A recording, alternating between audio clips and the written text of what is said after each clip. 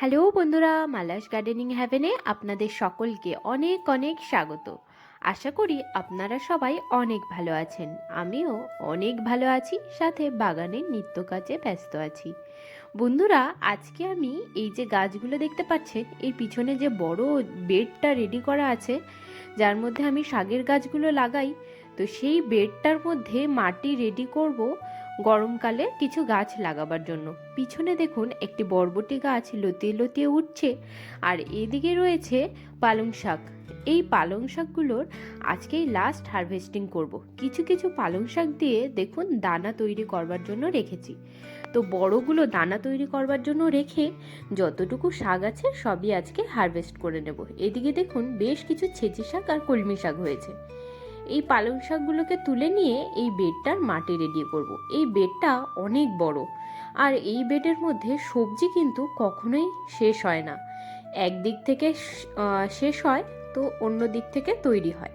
এখানে যেমন পালং শাকগুলো আজকেই তুলে নেব, মানে পালং শাকের আজকে লাস্ট হারভেস্টিং করব। তো পালং শাক শেষ হতে হতে এই সাইডে আবার তৈরি হয়ে গেছে ছেঁচি শাক আর কলমি শাক হারভেস্ট করবার জন্য। আর ও পিছনের দিকে তো রয়েছে পেঁয়াজের গাছ, সেটাও দেখতে পাবেন। তো এই বেডটাকে আমি কখনোই সম্পূর্ণ শেষ করি না, মানে একদিক দিয়ে সবজি হতে থাকে আর একদিক দিয়ে হারভেস্ট হতে থাকে। তো আজকে এই পালং শাকগুলোকে সব তুলে নিচ্ছি।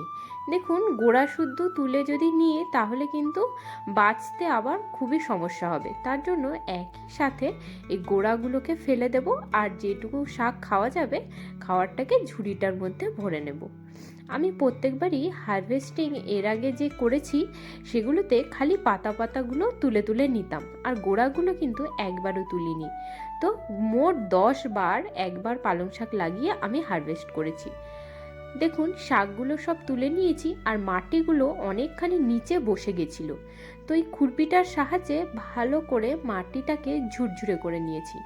আর যেহেতু আগে 2-3 দিন জল দিইনি, তো মাটিটা বেশ ঝুরঝুরে ছিল।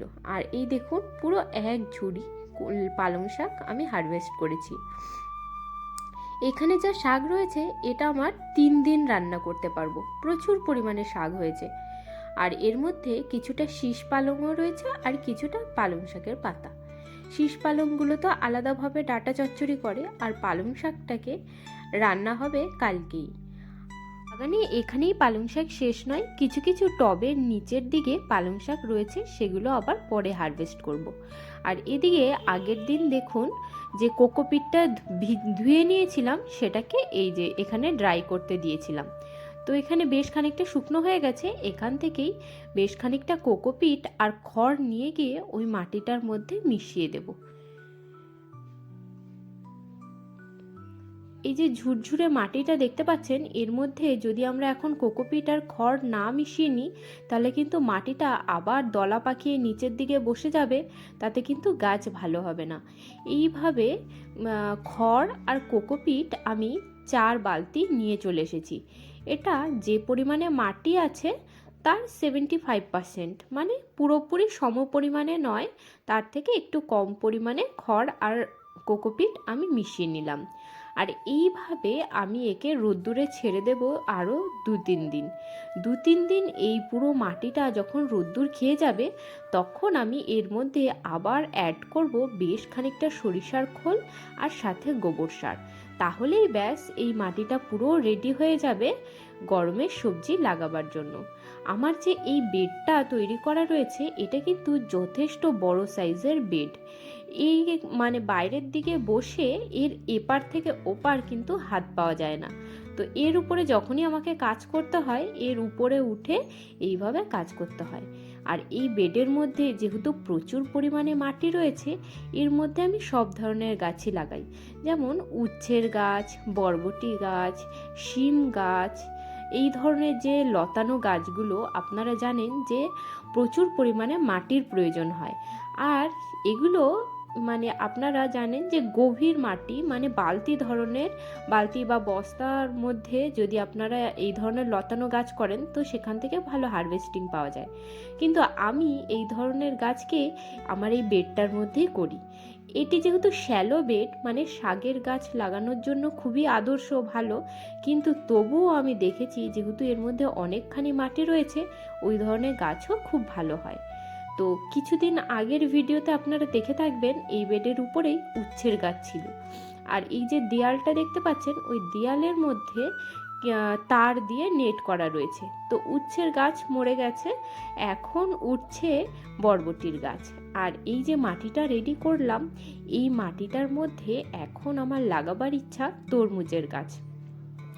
তরমুজ গাছের দানা লাগিয়েছিলাম, সেখান থেকে চারা বার হয়েছে, সেটা আপনাদেরকে একটু পরেই দেখতে পাবেন ভিডিওতে। ওগুলোকেই কিছুদিন পরে ওই জমিটার মধ্যে লাগাবো। আর এদিকে দেখুন লাল শাক তো প্রচুর পরিমাণে হারভেস্ট করেছিলাম, আর এখন শেষে কিছু লাল শাক আমি দানা করবার জন্য রেখে দিয়েছিলাম। তো এগুলো পুরোই পেকে গেছে। তো এগুলোকে তুলে নিয়ে একটুখানি 2-3 দিন রোদ্দুরে দিলে দানাগুলো সব বেরিয়ে আসবে। তারপরে একটু একটু করে ছড়িয়ে ছড়িয়ে সারা বছরই লাল শাক কিন্তু খেতে পারবো। তো তার জন্যই এই দানাগুলো করা। আর এবার একটু বেশি পরিমাণেই দানা করা হয়ে গেছে, কারণ আরও কিছু শাক যদি আমি তুলে নিতাম তাহলেও হয়ে যেত। প্রচুর পরিমাণে দানা হবে এই কয়েকটা গাছ থেকেই।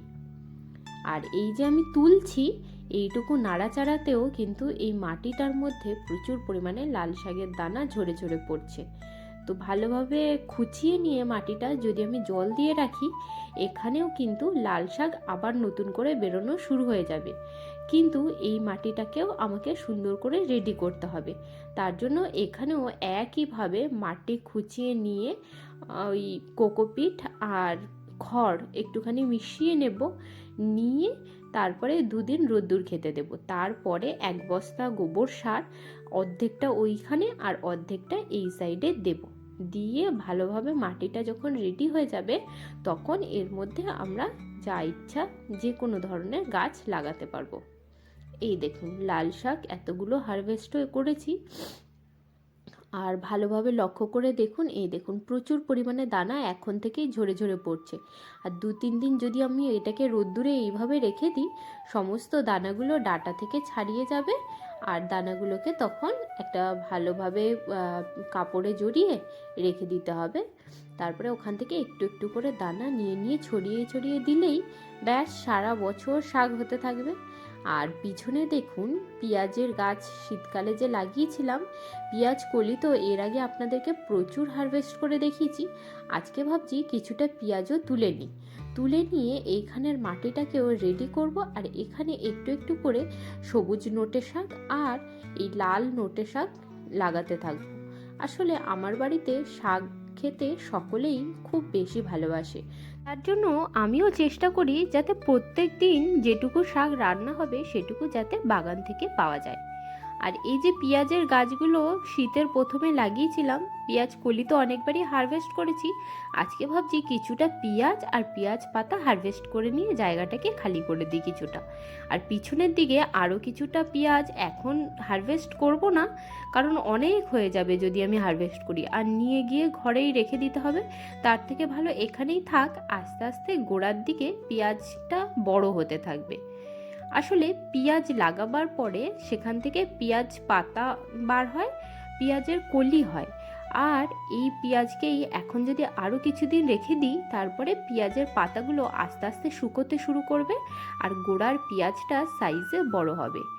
আর দেখুন বেশ অনেকখানি পেঁয়াজ হারভেস্ট করে নিয়েছি, খুব সুন্দর পেঁয়াজ হয়েছে এবছর। আর এই যে পালং শাকগুলো আর এই লাল শাক আর পেঁয়াজ এগুলো সবই আজকে হারভেস্ট করলাম, করে আমি আজকে জমিটাকে রেডি করব গরমের গাছ লাগাবার জন্য। এখানেও সেই একই অবস্থা, দেখুন মাটি একদম নিচের দিকে বসে গেছে। আর আপনারা তো এর আগেও ভিডিওতে দেখেছেন আমি প্রচুর হাবিজাবি দিয়ে মাটি তৈরি করি, মানে ওই সবজির খোসা শুকনো পাতা এটা ওটা। তো তার মধ্যে মাঝে মধ্যে জমির মাটির মধ্যে প্লাস্টিকও চলে যায়, কিন্তু সমস্ত জিনিস ডিকম্পোজ হলেও প্লাস্টিক কিন্তু কিছুতেই ডিকম্পোজ হয় না। তো তো দেখুন মাটিগুলোকে আমি ভালো করে ঝুরঝুরে করে নিয়েছি। এবার এইখানে যেহেতু অল্প একটু মাটি, তো এখানে আমি এক বস্তাই কোকোপিট, এক বস্তা বলতে এক বালতি কোকোপিট ব্যবহার করলাম। এটাকে ভালো করে মাটির সাথে মিশিয়ে নিয়ে এইটুকু মাটিকে এখানে রেডি করে নেব। এরপরে আরও ধরো 10-15 দিন পরে পেঁয়াজগুলো যখন বড় হয়ে যাবে আর পেঁয়াজের পাতাগুলো পুরো হলুদ হয়ে যাবে, তখন ওখান থেকে পেঁয়াজগুলো হারভেস্ট করে নেব, নিয়ে পিছনের মাটিটাকেও তৈরি করে কিছু একটা গাছ লাগিয়ে নেব। আর এই যে সুন্দর করে মাটিটা রেডি করে নিচ্ছি ঝুরঝুরে, তো এর মধ্যে কিন্তু যে কোনো ধরনের গরমের সবজি আপনারা লাগিয়ে নিতে পারবেন। আপনাদেরও যদি পুরনো মাটি থাকে তাহলে তাকেও এইভাবেই ঝুরঝুরে করে নিয়ে তারপরে এর মধ্যে গোবর সার দিয়ে দেবেন। আর সাথে যদি সম্ভব হয় গুঁড়ো সর্ষের খোল মিশিয়ে নিয়ে মাটি তৈরি করে নিতে পারবেন গরমের সবজির গাছ লাগাবার জন্য। তো বন্ধুরা, আজকের ভিডিওটা আমি এখানেই শেষ করছি। দেখা হচ্ছে আপনাদের সাথে আবার পরের ভিডিওতে। আর ভিডিওটা এতক্ষণ দেখার জন্য আপনাদেরকে অনেক অনেক ধন্যবাদ। আপনারা সবাই ভালো থাকবেন, সুস্থ থাকবেন। আর যদি ভিডিওটি ভালো লাগে তবে চ্যানেলটিকে সাবস্ক্রাইব করে আমার পাশে থাকবেন। এই দেখুন তরমুজের দানা থেকে কত সুন্দর জার্মিনেট হয়ে চারা তৈরি হয়েছে। এগুলোকে পরের দিন বসাবো। টাটা বন্ধুরা।